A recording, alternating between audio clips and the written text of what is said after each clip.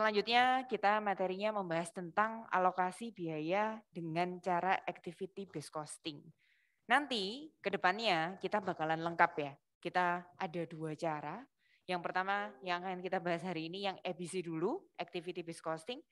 Nanti di akhir kita belajar ABC, di bagian akhir itu kalian diperkenalkan sedikit tentang yang VBC, volume based costing. Kita kenalan dulu dengan istilah-istilah.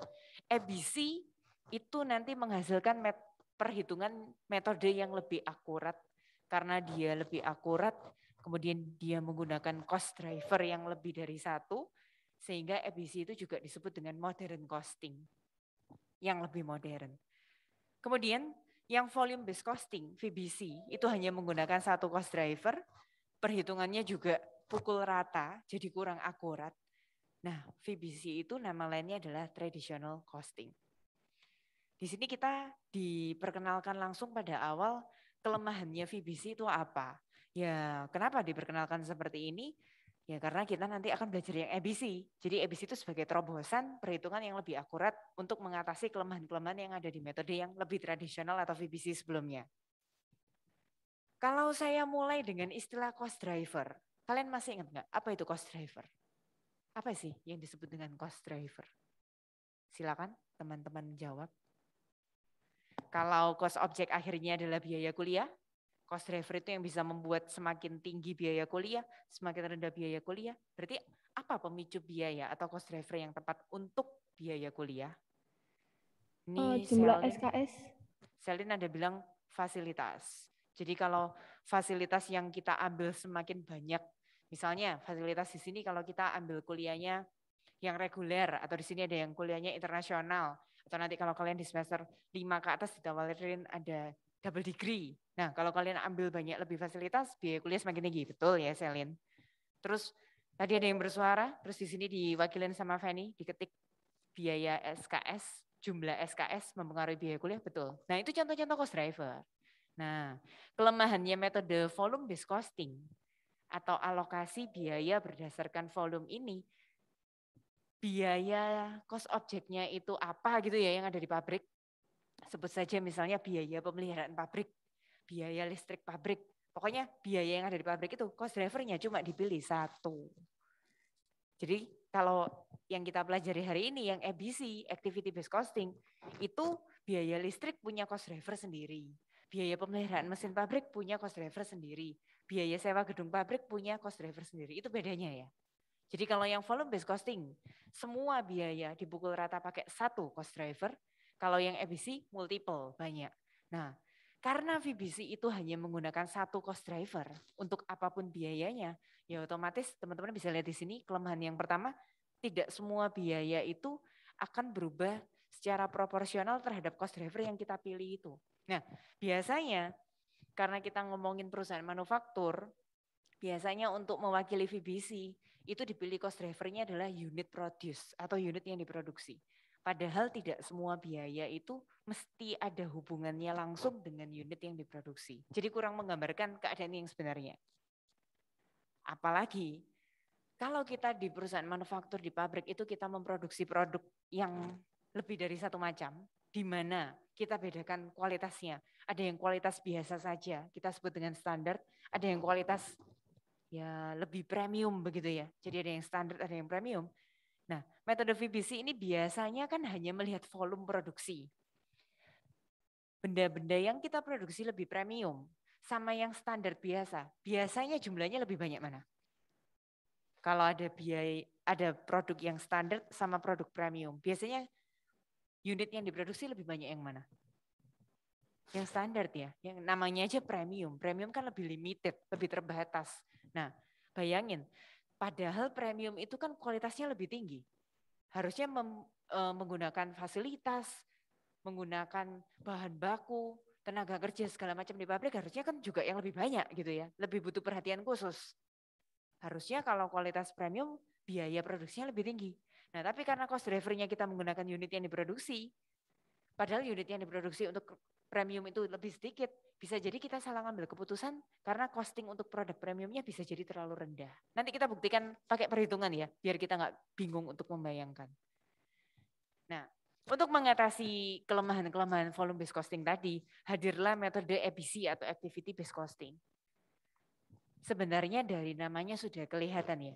Costing itu cara kita mengalokasikan biaya, base itu basis, dasarnya apa, activity itu aktivitas. Jadi alokasi biaya berdasarkan aktivitas. Nanti yang membutuhkan metode VBC, ABC itu hanya biaya overhead teman-teman. Kenapa? Karena biaya overhead itu adalah indirect cost. Ayo saya tanya lagi. Di sini ada biaya overhead, ada biaya bahan baku, ada tenaga kerja langsung. Teman-teman masih ingat direct sama indirect bedanya apa? Silakan. Gertrudis mengangguk-ngangguk. Apakah ingin menjawab? Ataukah teman-teman yang lain? Silakan. Sebutkan nama dulu ya. Kalau direct itu langsung biaya yang dihitung dari yang ada di pabrik. Kalau indirect itu maksudnya direct cost itu yang langsung berhubungan sama produksi atau manufakturnya. Kalau indirect itu produksi atau di luar manufaktur dari sebuah barang. Loh, masa seperti itu? Jadi masa seperti itu? Saya dulu ngajarin kalau direct ada hubungannya sama proses produksi, kalau indirect nggak ada. Bukan. Kalau itu yang nggak langsung sama. Bukan juga. Kalau yang disebutkan Gertrudis itu ya teman-teman, wah ini sudah ada Gabriela, sudah ada Fanny. Siap-siap ya Gaby dan Fanny. Terima kasih Gertrudis, nanti dicoba lagi. Gertrudis kayaknya mau maju yang ketiga kali. Nah, jadi ya teman-teman kalau yang disebutkan Gertrudis itu yang berdasarkan fungsi Gertrudis. Yang satunya produksi, yang satunya di luar produksi namanya period atau periode. Silakan Gabriela, gimana kalau menurut Gabriela? Kalau direct itu yang langsung kayak udah exact gitu berapa, kayak 100 mili gitu-gitu. Tapi kalau yang indirect itu dia nggak bisa langsung dijawab berapa, kayak sejumput, ya gitu-gitu lah. Bisa langsung atau tidak langsung apa tadi Gap? Atau contohnya mungkin Gap? Yang langsung itu kayak ada exactnya berapa gitu, kayak 100 mili, berapa kilo gitu. Kalau misalnya nggak langsung itu kayak sejumput garam gitu-gitu. Kalau misalnya bahan baku membuat roti, tadi Gaby bilang ada yang bisa diukur, mungkin seperti tepung itu berapa kilo bisa diukur. Tapi kalau garam itu secukupnya nggak bisa diukur, itu indirect. Fanny, ada contoh lain? Silakan dilengkapi, Fanny Winarto.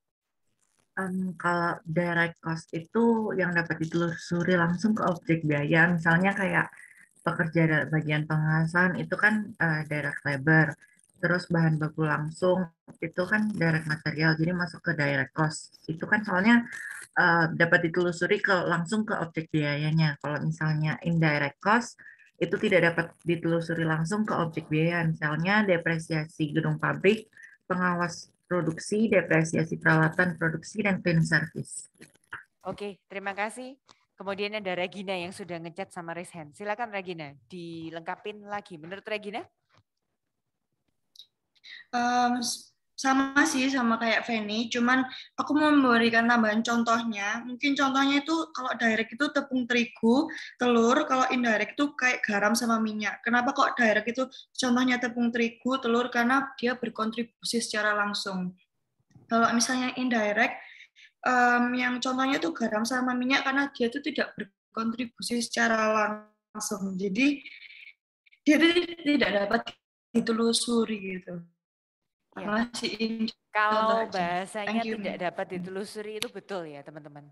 Terima kasih ya partisipasinya Gertrudis, Gabriela, kemudian ada Regina sama Fanny. Jadi kalau kalian bilang ada istilah berhubungan langsung sama produksi lah, bukan. Terus kalian tadi barusan bilang ada kontribusi secara langsung, itu masih sama aja, bukan ya. Kata kuncinya dapat ditelusuri atau tidak. Karena kita memisahkan biaya direct atau indirect itu berdasarkan traceability-nya. Bisa ditelusuri atau tidak. Jadi yang utama, yang mungkin kalian bilang dari tadi ngomong kontribusi langsung lah, ada hubungan langsung dengan produksi. Itu lebih tepatnya kalau kalian ngomongin bahan baku utama, tenaga kerja utama, seperti itu loh teman-teman. Nah, tapi kalau yang sampingan, pelengkap itu baru indirect. Nah, Terus kalau kita ngomongin lebih tepatnya lagi, direct itu bisa ditelusuri langsung per produknya butuh bahan baku langsung berapa kilo, berapa liter, tenaga kerja berapa jam, itu namanya direct. Nah, yang direct cost di komponen biaya produksi kan ada 3 ya, DM, DL, FOH. Yang jadi direct cost itu hanya DM, DL.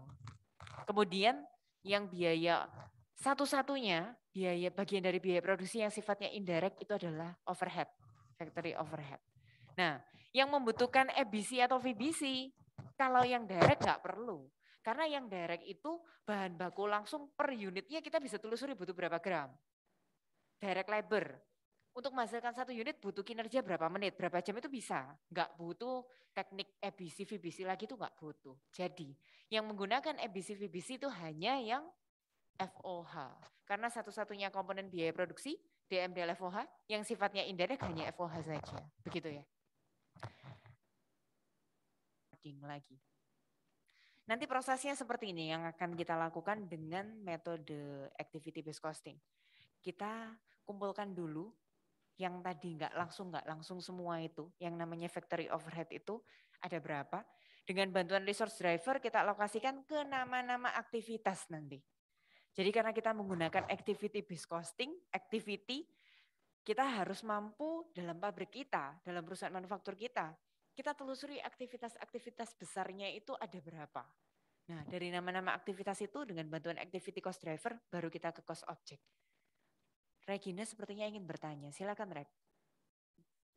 Jadi seperti skema yang barusan kita lihat, kita akan coba langkah 1, langkah 2 ini kita langsung aja ya teman-teman. Kita mulai dari yang langkah 1, kita kumpulkan semua biaya, kita akan alokasikan ke nama-nama aktivitas. Nah, sebelum kita mulai semua biaya dalam rupiah dolar itu kita akan klasifikasikan ke nama-nama aktivitas, kalian kenali dulu. Di sini ada beberapa contoh nama-nama aktivitas yang mungkin bisa juga jadi nama aktivitas di perusahaan manufaktur kita. Di PT Karya Sejati ini punya aktivitas-aktivitas yang dikasih nama perakitan, pemrosesan permintaan, pemeriksaan kualitas, sama dukungan pelanggan. Terus setelah ditotal semuanya, biaya overhead pabriknya 370 juta. 370 juta itu akan dibagi ke dalam 5 aktivitas. Perakitan, pemrosesan permintaan pelanggan, pemeriksaan kualitas, desain dan modifikasi, sama pemeliharaan pabrik. Tadi 370 jutanya dicoba digolongkan jadi 2 ya. 228 juta dan 142 juta. Nah ini ya, nolnya, 3-nya dimampatkan di sini jadi 228.000 sama 142.000. Semua persentase itu dari soal ya teman-teman. Sekali lagi, semua persentase dari soal. Kalau di kehidupan nyata, teman-teman kalau mau menerapkan aktivitas ini, terus dapatkan persennya dari mana? Kalian harus mengamati proses bisnis yang ada di pabrik itu, proses produksinya seperti apa. Kalian tinggal beberapa hari, beberapa minggu, bahkan beberapa bulan, kalau proses produksinya itu rumit, kalian amati. Jadi 228.000 itu kira-kira aktivitas apa ya yang makan biaya paling banyak, itu tentu saja diberikan persentase yang lebih besar bobotnya. Terus kira-kira aktivitas yang nggak terlalu makan biaya banyak itu diberi bobot yang lebih kecil persentasenya. Kalau di sini kalian terima jadi ya. Nah, dari persentase ini silakan ditemukan angka rupiahnya. Apakah kalian bisa menemukan yang 114.000 teman-teman? Dapat dari mana? Sekali lagi ya, saya tunjukkan 114.000. Dapat dari mana? Gampang sekali kan? Yang ada di kelas juga 114.000-nya itu dapat dari mana?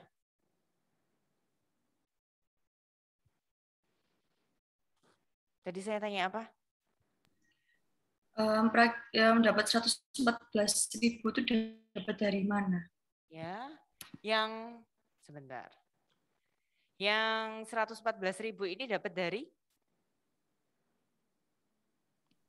50%-nya itu 50% kali 228.000. Oke. Lalu di sini ada 34.200. Teman-teman dapat dari mana yang 34.200 itu? 15%-nya dari dikali 15%. 15%. Kemudian yang ini 45.600 dapat dari 228.000 dikali.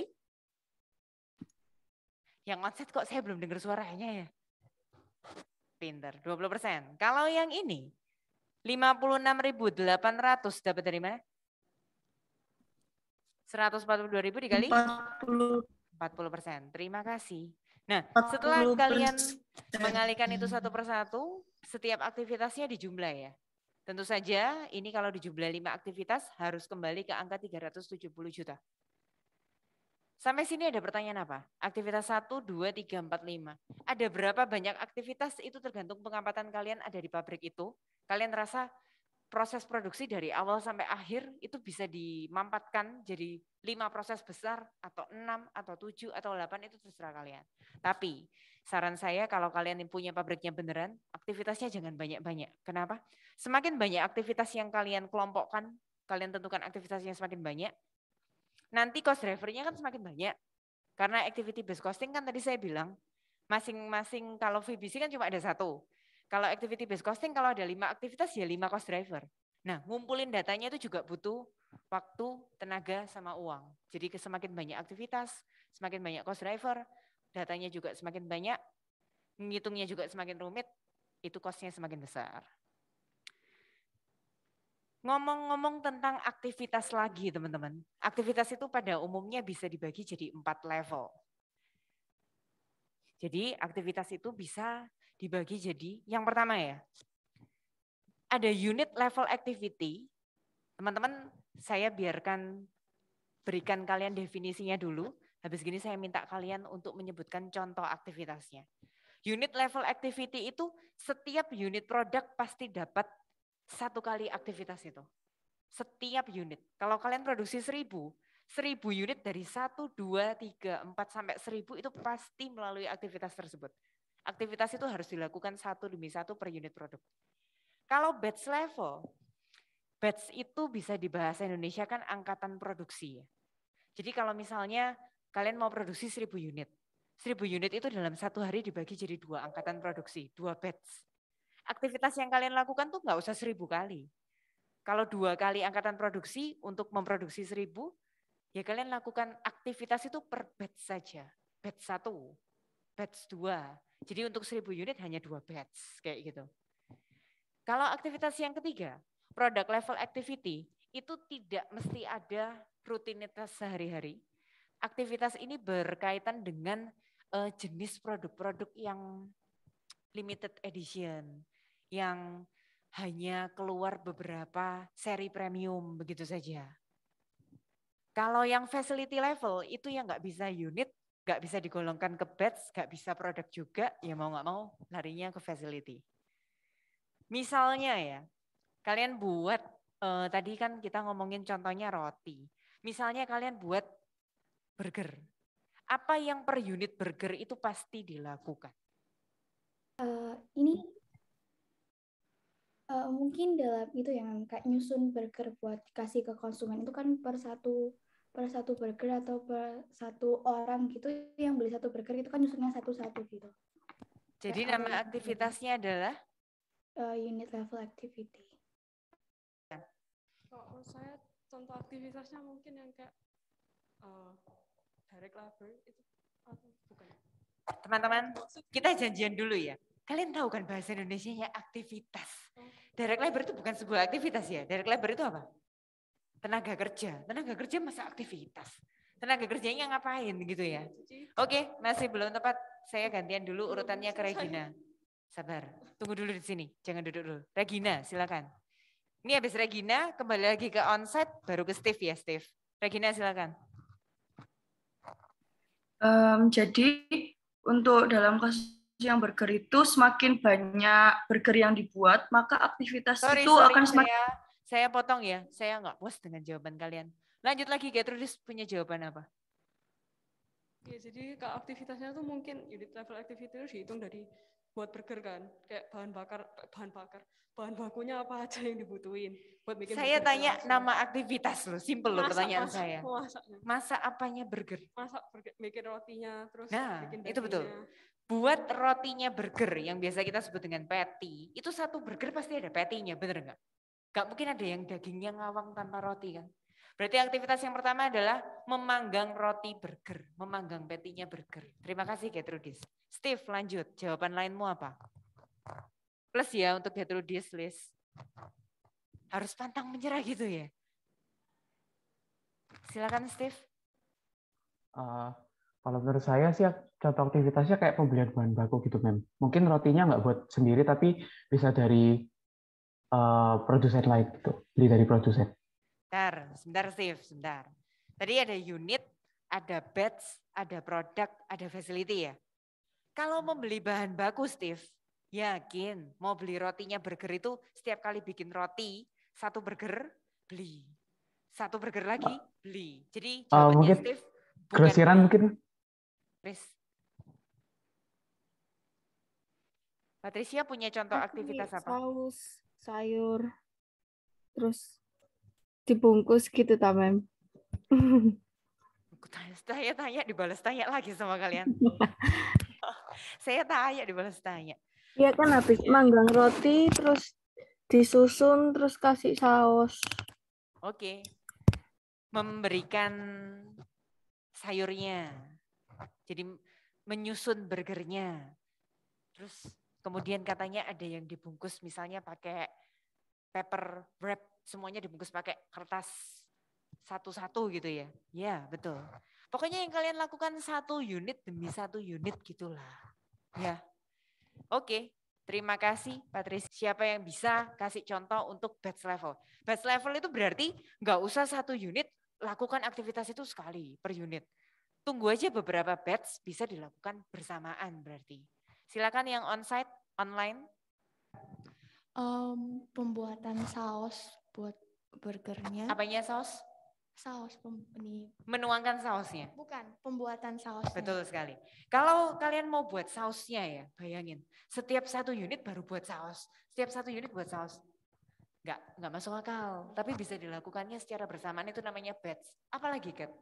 Mungkin pembuatan minum yang disediakan sama. Pembuatan apa? Minuman. Pembuatan goreng kentangnya, Mem. Nah, semua aja tentang begitu. Itu Mem, apa ditaruh di freezer dulu. Itu kan kayak patty-nya, rotinya itu kan nggak mungkin dibiarin gitu. Ya, pembakuannya gitu, Mem. Ya kan itu kan langsung banyak, Mem, biasanya, Mem. Kayak nggak mungkin 1 unit. Menyimpan stok bahan baku, begitu ya? Iya. Kalau dinamakan aktivitas menyimpan stok bahan baku. Ya, bagus gitu-gitu. Sekali. Yang tadi disebutin sama Steve, nah dikonfirmasi Oh, lagi iya. sama Yanuar Randi ya. Jadi beli bahan bakunya itu Steve, Randi, benar ya?